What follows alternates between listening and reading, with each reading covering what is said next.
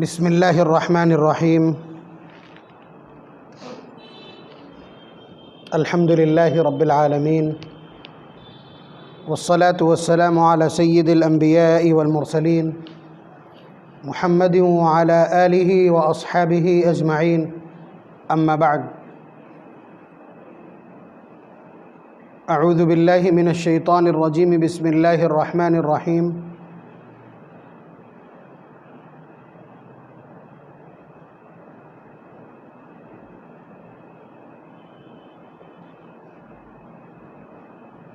وَأَنْكِحُوا الْأَيَامَ مِنْكُمْ وَالصَّالِحِينَ مِنْ عِبَادِكُمْ وَإِمَائِكُمْ إِنْ يَكُونُوا فُقَرَاءَ يُغْنِهِمُ اللَّهُ مِنْ فَضْلِهِ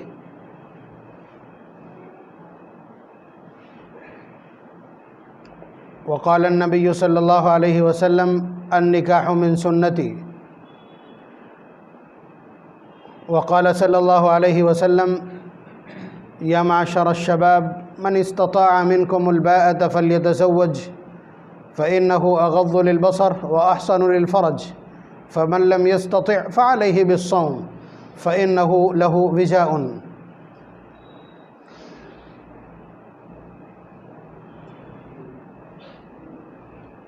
نکاح کیا ہے؟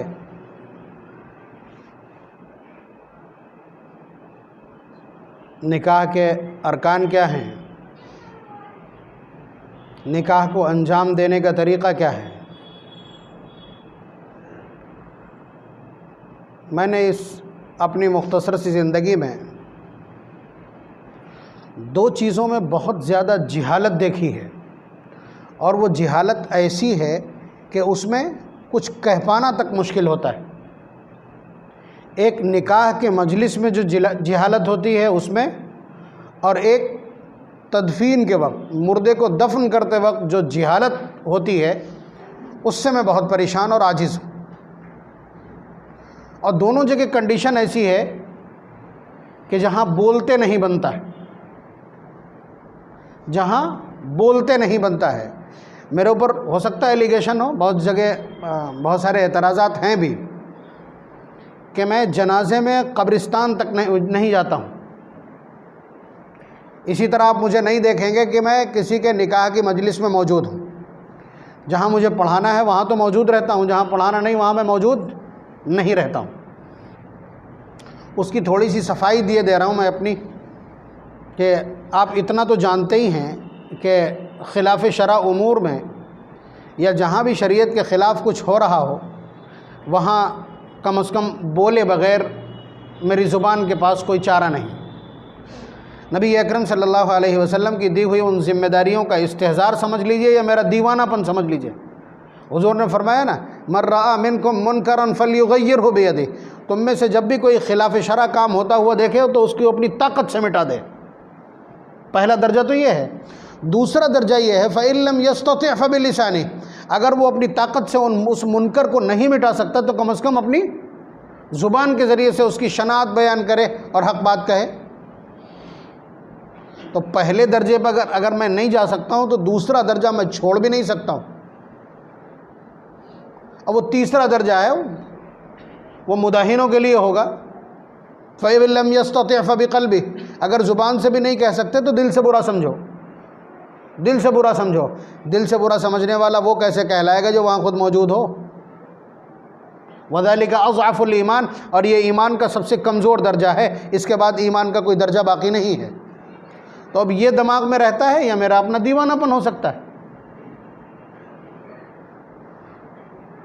تو اس لیے آپ دیکھیے جنازے کے وقت میں ہر شخص اپنے آپ میں مفتی ہوتا ہے، بک بک بک بک بک بک، ہر آدمی صرف اپنی حاضری درج کرانا چاہتا ہے کہ میں یہاں موجود ہوں تدفین تک، اس کے سوا مقصد کوئی نہیں ہوتا۔ ایک بار اس نے کچھ پڑھ کے نہیں بخشا ہوگا ابھی تک مردے کو، لیکن وہاں بک بک بک بک چارپائی پیچھے کر دینا اور ایسے پکڑنا اور ادھر کرنا اور ادھر کرنا، یہ اس طرح کی باتیں آپ ان سے لے لیجئے۔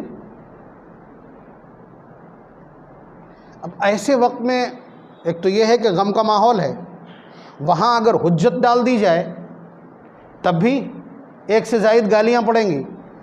اسی طرح سے شادی کا موقع ہے، وہاں اگر کوئی حجت ڈال دی جائے تب بھی مصیبت ہے، لوگ کہیں گے ہر جگہ خوشی میں اور حالات میں بھنگ کر دیتا ہے. تو اس لیے احتراز کرتا ہوں، احتیاط برتتا ہوں. جبکہ میں بتلا دوں کہ تدفین میں جو کچھ بھی ہوتا ہے، قبر کھودنے سے لے کر کے اور چاپڑ چھری دھونے تک، کیا کہیں اسے، پھاوڑا کھرپی دھونے تک، وہ بدماش قسم کا شخص وہ لا کر کے سارے اوزار اسی پر رکھ کر کے اس پہ دھونے لگتا ہے.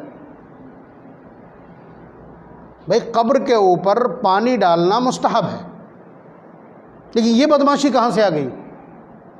اس کو ٹوکنے تک کی ہمت نہیں ہے. مطلب میں بات کر رہا ہوں جو اپنی جرأت پہ جسے بڑا ناز ہے، وہ بات کر رہا ہے کہ یہ پوزیشن ہے میری. تو میں اگر کہیں چلا بھی گیا، بہت خاص ہو، تو بہت دور کھڑا رہتا ہوں، جب بالکل مٹی پڑنے لگے تب پہنچتا ہوں. یا تو پھر یہ کہ ایسے صالح لوگ موجود ہوں کہ جو باتوں کو اور مسائل کو ترجیح دیتے ہوں، جن کے یہاں شریعت کی کوئی قیمت اور قدر ہو، وہاں کھڑے ہو کر کے بتایا جا سکتا ہے. آپ یہ سمجھیے کہ قبر کی نچلی سطح بھی درست نہیں ہوتی، ٹھیک ہے. اس کے علاوہ جو یہ آپ جل چھڑکاؤ کرتے ہیں، جو گنگا جل چھڑکتے ہیں، جسے آپ جانے کیا کیا بتاتے ہیں، سب غیر شرعی ہے، ممنوع ہے. گلاب جل و فلانا جل غیر شرعی چیزیں ہیں. جو چادر آپ اس کے اوپر سے بچی ہوئی ڈال دیتے ہیں، یہ غیر شرعی ہے. اگر میراث سے لیا گیا تو یہ حرام کام ہے. قبر آپ بالکل فلیٹ بنا دیتے ہیں، جبکہ کوہان نما بنتی ہے. قبر کو بہت اونچا کر دیا جاتا ہے، جبکہ ایک بالشت سے زائد اس کو نہیں ہونا چاہیے. یہ کام تو بعد میں اگر موجود ہوتے ہیں تو کر لیتے ہیں. یہاں کوئی نہیں بولتا، اس لیے کہ بھاگ چکے ہوتے ہیں. جتنے مفتی تھے وہ اب تک سب بھاگ چکے ہوتے ہیں. اب وہاں صرف وہی بچتے ہیں جو باقاعدہ نفع پہنچانا چاہتے ہیں مردے کو. بہرحال میں آؤٹ آف ٹریک چلا گیا. مسئلہ آج کا ہے نکاح کا. اسی طرح نکاح کی مجلس میں بدتمیزی ہے. اتنی جہالت ہے کہ مجھے کئی بار پسینہ آ جاتا ہے، کئی بار مجھ کو پسینہ آ جاتا ہے. اتنی جہالت کی بات کرتے ہیں جتنی برداشت نہیں ہو سکتی. آپ پوچھیں وکیل، تو ہم پوچھتے ہیں وکیل کون رہے گا؟ یہ کیا ہوتا ہے، یہ کیا ہوتا ہے؟ تو وہ ایک غلط جاہلوں والا جملہ ہم بھی بولیں، نکاحی باپ. باپ ایک ہوتا ہے یا باپ بدلتے نہیں؟ اس کی حیثیت ہی نہیں معلوم ہے، وہ نکاحی باپ ہے صاحب. اس کے بعد جب گواہ پوچھو تو بتاتا ہے ادھر کا ادھر کا. یہ کہاں سے آیا ادھر کا ادھر کا؟ یہ کون سی شریعت ہے؟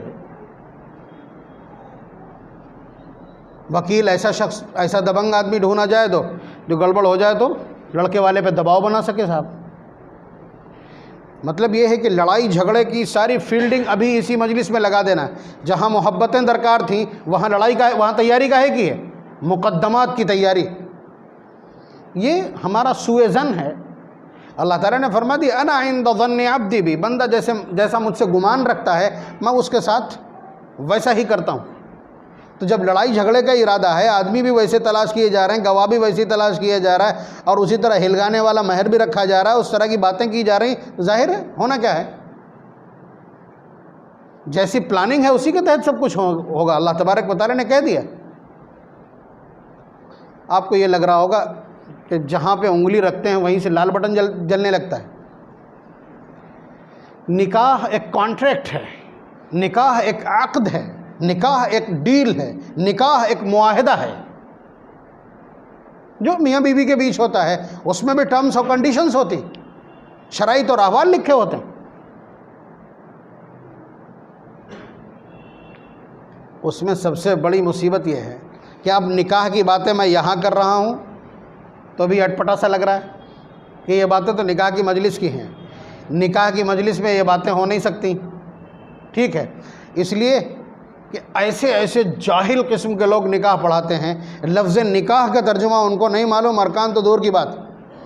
میں بیسیوں قضات سے، بیسیوں نکاح پڑھانے والوں سے پوچھ چکا ہوں کہ نکاح کے ارکان کیا ہے. اب تک تو کسی نے جواب دیا نہیں کہ نکاح کے ارکان کیا ہے. مثلا نماز کے شرائط ہیں، نماز کی شرائط ہیں. کچھ چیزیں نماز سے پہلے کی، کچھ چیزیں نماز کے اندر کی ہیں. کچھ شرائط کہلاتے ہیں، کچھ فرائض کہلاتے ہیں. تو اسی طرح نکاح کے بھی ارکان ہیں جن کی عدم موجودگی سے نکاح نہیں ہوگا. کبھی کبھی اس طرح کے حالات پیش آ جاتے ہیں، مثلا بستی کے نوجوان ہیں، وہ سوچتے ہیں کہ نکاح بھائی جان ہی پڑھائیں گے، مولانا پڑھائیں گے نکاح، اب وہ زبردستی پیچھے پڑ گئے۔ اب جب نکاح پڑھانے کے لیے وہاں پہنچے تو وہاں جو ملا جی ہیں وہ اپنا جھولا جھمپڑ لے کر کے حاضر، نکاح تو ہمارا حق ہے، نکاح ہم پڑھائیں گے۔ اس میں حقائق پتہ نہیں کہاں سے آ گئے، حقوق کہاں سے آ گئے، نکاح ہم پڑھائیں گے۔ تب جب انہیں چارہ ڈال کر کے خاموش کیا جاتا ہے کہ بھائی جو پیسے بنتے ہیں وہ آپ لے لیجئے گا، لیکن نکاح مولانا کو پڑھانے دیجیے، تو شانت ہو جاتے ہیں۔ اصل میں یہ خود اپنی امیج گرائی ہے، یہ ایک اس طرح یہ ایک کمائی ہو گئی اس وقت، اصل میں یہ ایک کمائی ہو گئی۔ وہ پوری عوام کی سوچ بھی یہی ہے، عوام کی سوچ بھی یہی ہے، مطلب یہ جہالت کو فروغ دینے کی کوشش۔ باقاعدہ پورا مجمع، لڑکی کے گھر والے بھی کہتے ہیں ہاں کیا نام ہے، حق تو ہمارے حافظ جی کا ہے، ہمارے امام صاحب کا۔ یہ جملہ جہالت پر مبنی، یہ جملہ جہالت پر مبنی ہے۔ اصل میں شادی کے موقع پر بہت سارے نیک بانٹے جاتے ہیں نا، دھوبی کا الگ، ٹھیک، اور بھنگن کا الگ، تکیہ دار کا الگ، سویپر کا الگ، ویسے ہی ملا جی کا بھی ہو گیا ہے نیک، اور وہ بھی اپنے آپ کو اس فہرست میں شامل کر کے بہت خوش ہیں۔ اسی لیے وہ نکاح کے موقع پر آ کے دھر رہتے ہیں کہ یہ نیک ہمارا ہے، نیک دے دیجئے، چلے جائیں گے، چلے جائیں گے۔ میرے ساتھ مستقل اس طرح کے حالات ہیں۔ تو یہ جہالت ہے، اور ساتھ ساتھ مسئلہ بھی سن لیجئے۔ اور پھر اس کے بعد کہا کیا جاتا ہے، حافظ جی کے 2500 روپے دو، 1000 روپے مسجد کے دو، 500 روپے تکیہ دار کے دو، ایسی لوٹ مار چلتی ہے بہت۔ اور لوٹ مار چلے گی اس لیے کہ انہوں نے تو لاکھوں روپے کا جہیز دیا ہے، تو اب وہ آپ کی جیب بھی ڈھیلی کرا رہے ہیں۔ مکاری دونوں طرف سے، خیانت دونوں طرف سے۔ تو نکاح کی مجلس کو ایک تماشے میں تبدیل کر رہے ہیں، اور اس میں سے کسی نہ کسی چیز پہ نوک جھونک ہو ہی جاتی ہے، ہو ہی جاتی ہے۔ آپ یہ سمجھ لیجئے، نکاح پڑھانے کے پیسے لینا جائز ہے، نکاح کے یہ ایک اجرت ہے، آپ اجرت پہ لے کر کے آئے ہو، آپ کرائے پر لے کر کے آئے ہو نکاح پڑھانے والا۔ اگلا جملہ دھیان دیجیے گا، لیکن جو بلا کے لایا ہے اجرت اسی کے ذمہ ہے، جو بلا کے لایا ہے اجرت وہی دے گا، دوسرا دے گا ناجائز ہے۔ بلا کے کون لاتا ہے؟ چوز کرے گا لڑکی والا، پیسے دے گا لڑکے والا، جائز نہیں ہے، نوٹ کر لیجئے۔ نکاح کی مجلس کا کچھ بھی آپ کو معلوم نہیں ہے، اس لیے یہ بھی میں عرض کیے دے رہا ہوں آپ کی خدمت میں۔ اب وہ وہاں صرف ناجائز پیسے ہی نہیں دلواتے، بنے جانے کیا کیا وصولی کرتے ہیں۔ اس کے علاوہ نکاح کس کو پڑھانا چاہیے، مطلب یہ آپ کا سوال ہو سکتا ہے اور ہونا چاہیے، نکاح کس کو پڑھانا چاہیے؟ لڑکی کا باپ انگوٹھے ٹیک رہا ہے، اس کے علاوہ ایک رسم یہ ہے کہ لڑکی کا باپ چھپتا پھرتا ہے، یہ ایک رسم ہے، چھپتا پھرتا ہے۔ ابھی اس سے پہلے اس لیے رو رہا تھا کہ کسی طرح بچی کا رشتہ ہو جائے، اب یہ نوٹنکی اس نے شروع کی ہے کہ وہ مجلس سے چھپتا پھر رہا ہے، ابھی جب گاڑی چلے گی تو رونے کا ناٹک کرے گا۔ تکلیف ہو سکتی ہے 1%، لیکن جب یہ اس تکلیف سے زیادہ آپ کے پاس خوشی کا موقع ہے اور یہ خوشی کا مومنٹم ہے، تو پھر اسی طرح سے آپ بیہیو کیجئے نا۔ یہ کیا تماشا ہے؟ لڑکی کی ماں بے ہوش نہ ہو تو لوگ اس کو تانے دیں گے، مطلب اس طرح شریعت کا چوں چوں کا مربع اور تماشا بنایا ہے کہ ہم اپنے زخموں کو نہیں سہلا سکتے۔ یہ پوزیشن ہے، اپنے سامنے شریعت کو اس طرح بے عزت ہوتے دیکھنا، اپنے سامنے مسائل کی اس طرح سے استہزاء اور تمسخر اور مذاق دیکھنا، یہ ظاہر سی بات ہے کسی بے غیرت اور کسی مداہن کے ہی بس کا ہے۔ تو یہ آخری درجہ ہے کہ میں یہاں اپنی بھڑاس نکال کر کے اور اپنے من کو ہلکا کر لیتا ہوں اور اتمام حجت کر دیتا ہوں کہ میں نے مسائل آپ تک پہنچا دیے تھے۔ نکاح کا بہت صاف ستھرا طریقہ یہ ہے، لڑکی کا باپ پہلے سے، یعنی یہ نمائش نہ لگی ہو، جب الفاظ میرا دھیان رکھیے گا کہ لڑکی بن سنور کے تیار ہو جائے، بلکہ اگر لڑکی بنی سنوری نہ ہو اور اس نے سسرال سے آئے ہوئے کپڑے نہ پہنے ہو تو اجازت نہیں لی جاتی، اجازت ملتی نہیں ہے۔ یہ بھی ہوتا ہے میرے ساتھ، یہ بھی بدتمیزی۔ لڑکا لڑکی والے کے کپڑے پہن لے تب نکاح ہوگا، اور لڑکی لڑکے والے کے گھر کے کپڑے پہن لے تب نکاح ہوگا۔ ارے کپڑے نہ پہنے ہو نکاح تو تب بھی ہو جائے گا، کیا بدماشی ہے یہ؟ اپنے پیٹ کے اندر شریعت پیدا کرتے ہیں اور اس کی وجہ سے پوری نکاح کی مجلس جو عبادت کی مجلس تھی چک چک چک چک وہاں چلتا رہتا ہے، عجیب عجیب طرح کی باتیں اور بدتمیزیاں۔ تو بن سنور کر کے باقاعدہ عورتوں کی بھیڑ اور ہجوم، اور اس بیچ میں پھر اجازت لینے جائے تبھی اجازت مانی جائے گی۔ یہاں فتح گڑھ میں بھی ایک مخصوص برادری ہے جس کے یہاں یہ دستور ہے کہ وہ شام کو اگر بارات آنا ہے تو دوپہر میں جا کر کے باپ اجازت وغیرہ لے لیتا ہے، لیکن ان کے یہاں غلطی ہے کہ وہ اس کو نکاح پڑھانا کہتے ہیں۔ وہاں میں نے کریکشن کیا۔ تو یہ کرنا چاہیے کہ باپ جا کر کے بیٹی سے اجازت لے لے، یا ویسے ہی گھر میں جس طرح عام طور سے حالات ہیں اجازت لے لے کہ بیٹی ہم فلاں سے نکاح کرنے جا رہے ہیں، کوئی اعتراض تو نہیں ہے تم کو؟ تو اگر بیٹی رو دے خاموش رہے تو اس کو ہاں مانا جائے گا۔ والبکر اذنها صماتها، اگر ولی اقرب یعنی باپ اجازت لیتا ہے، باپ نہ ہو دادا اجازت لیتا ہے، وہ موجود نہ ہو بڑا بھائی اجازت لیتا ہے، وہ موجود نہ ہو چچا اجازت لیتا ہے، وہ موجود نہ ہو بھتیجا اجازت لیتا ہے، اس طرح کی عصبات کی ترتیب ہے۔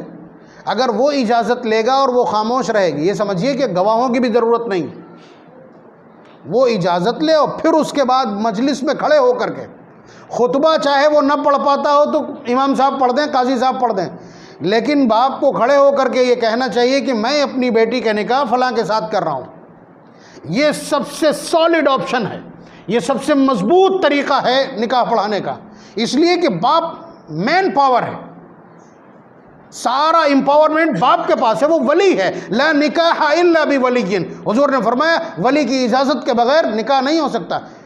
کتنا امپاورمنٹ ہے ہم بتا دیں آپ کو، کہ باپ نے نکاح کر دیا بیٹی کا، چھوٹی سی تھی تبھی کر دیا، بیٹی بالغ ہو گئی، اس نے انکار نہیں کیا تو اس نکاح کو رد نہیں کیا جا سکتا۔ اس سے سمجھ میں نہیں آیا۔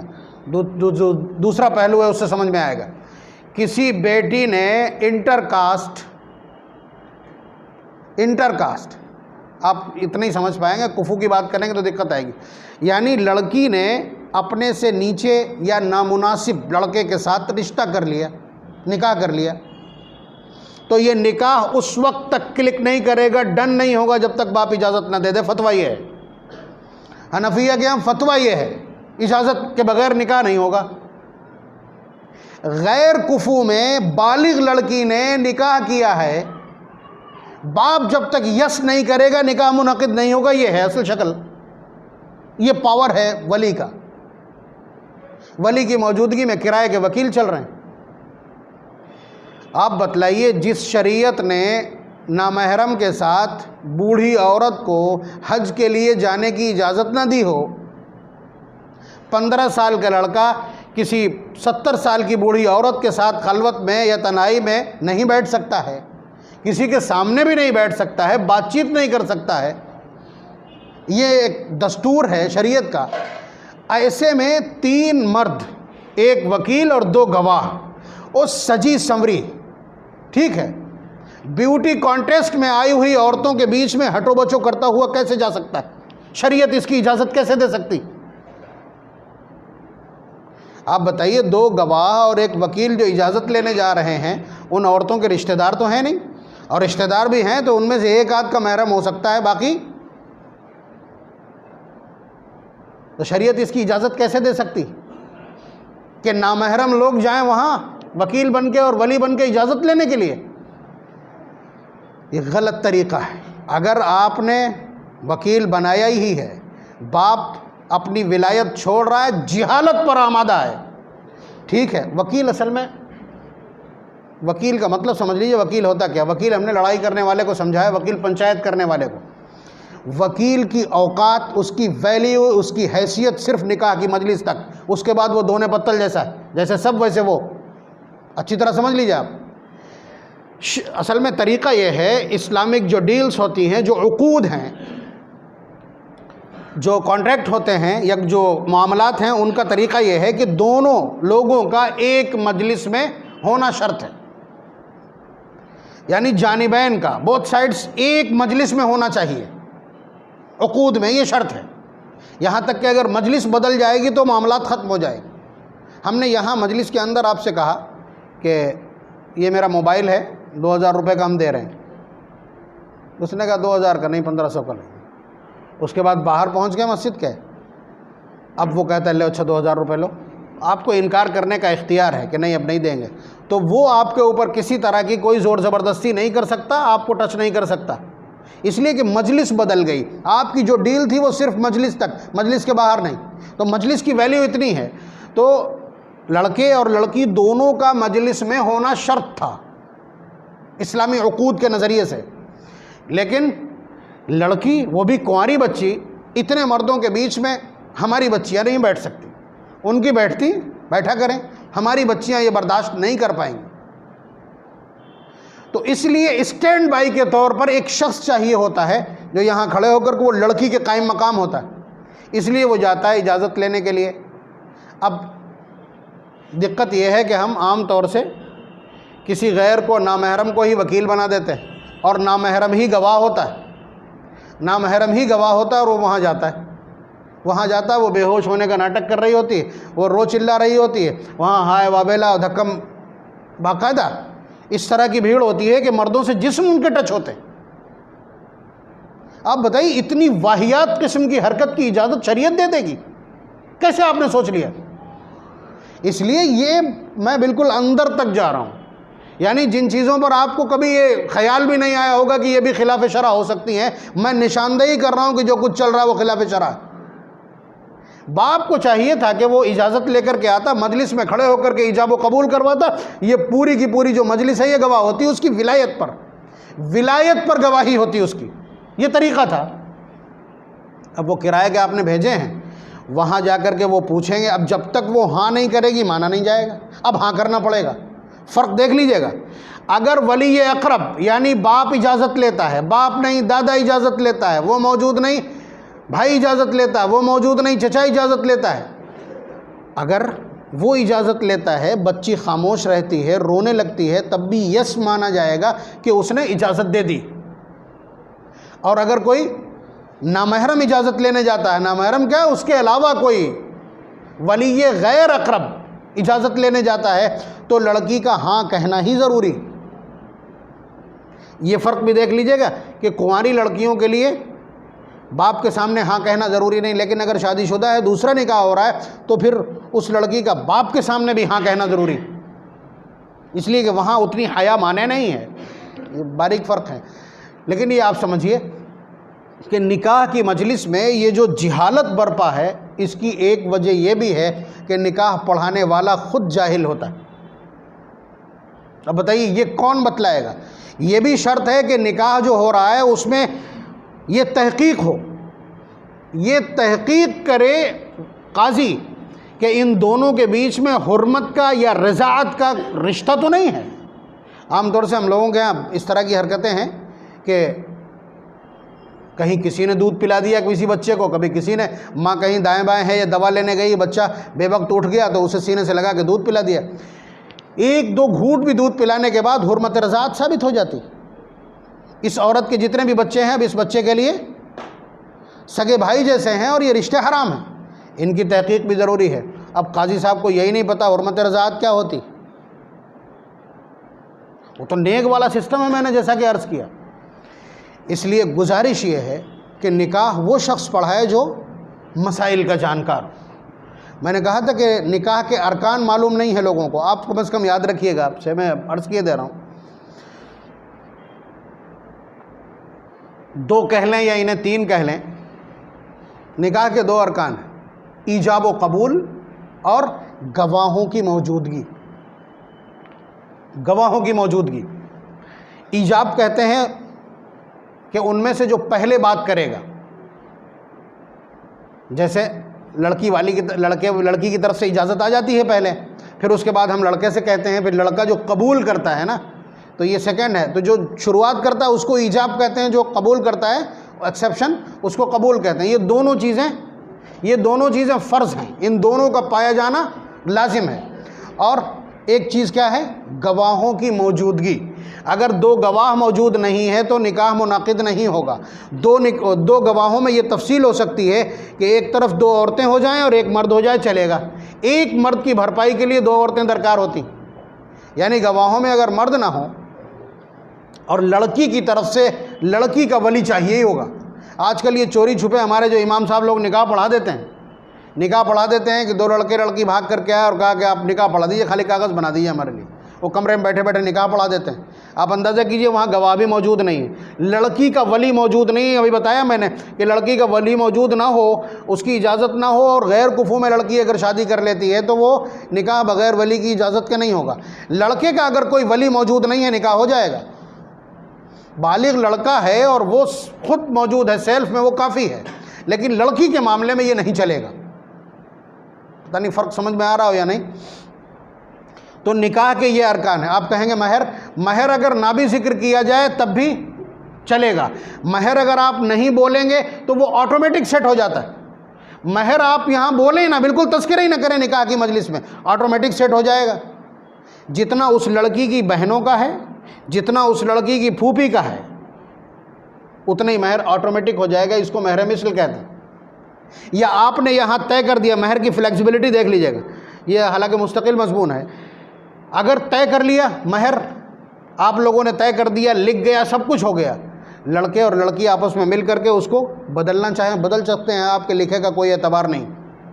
یہ اختیار ہے انہیں معاملات میں، یہ اختیار اس لیے کہ وہ صاحب معاملہ ہے۔ تو کہنے کا حاصل یہ ہے کہ نکاح کی مجلس میں جو کچھ چل رہا ہے 2 گواہ بنائے جا رہے ہیں، اور ایک کہا جاتا ہے ادھر کا گواہ ادھر کا گواہ، کہاں سے ادھر کا آ گیا بھائی؟ باشرہ ہو، گواہ باشرہ ہوں، وکیل بھی باشرہ ہو، اور لازم یہ ہے کہ محرم بھی ہوں، لڑکی کے محرم ہو تاکہ اجازت لیں، ورنہ اجازت پردہ ڈال کے اگر لیں گے اور دکھ نہ رہی ہو تب بھی مسئلے کھڑے ہو جائیں۔ تو یہ کچھ باریکیاں اس طرح کی ہیں نکاح سے متعلق جن کا جاننا ضروری ہے۔ ہمارے بزرگوں کو، ذمہ داروں کو تو کم از کم جاننا چاہیے۔ اور نکاح کی مجلس کی بے حرمتی یہ ہے کہ اس میں چند بڈھے ہی بیٹھے ہوتے ہیں، خالی چند بڈھے ہی بیٹھے ہوتے ہیں۔ وہ نوجوان تو پریڈ کر رہے ہوتے ہیں وہاں جہاں خواتین کی بھیڑ ہوتی ہے، کوئی نہیں ہوتا یہاں وہ چند بڈھے ہی موجود ہوتے ہیں۔ بلکہ لڑکی کا باپ اور لڑکی کی طرف کے لوگ آ کر کے اس میں سے بھی اٹھانے کی کوشش کرتے ہیں کہ کھانا کھا لو چل کے، نکاح تو ہوتا رہے گا، آپ لوگ کھانا کھاؤ چل کے۔ اس مردود کے دانت توڑ دینا چاہیے۔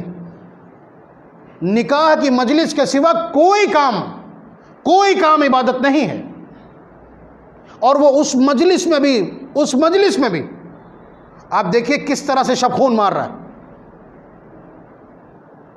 گناہ کرنے کے لیے بلا کے لے گئے لوگوں کو، کھانا کھانے کے لیے، لڑکی کے گھر کا کھانا کھانا یہ خود کنٹروورشل ہے۔ نکاح کی مجلس سے اٹھا کے لے جاتے لوگوں کو، یہ حیثیت ہے نکاح کی۔ تو یہی میں کہہ رہا ہوں، شریعت کے جتنے بھی امور ہیں وہ اس دن ایسے کچلے جاتے ہیں شادی کے دن کہ الامان والحفیظ۔ اللہ تبارک و تعالی ہم سب کو شعور برحمت فرمائے، نکاح کو سنت کے مطابق انجام دینے کی، کم از کم شریعت کے اصولوں اور ضابطوں اور ارکان کے مطابق انجام دینے کی توفیق برحمت فرمائے، اور اس کا علم حاصل کرنے کی فکر بھی نصیب فرمائے۔ وآخر دعوانا الحمدللہ رب العالمین۔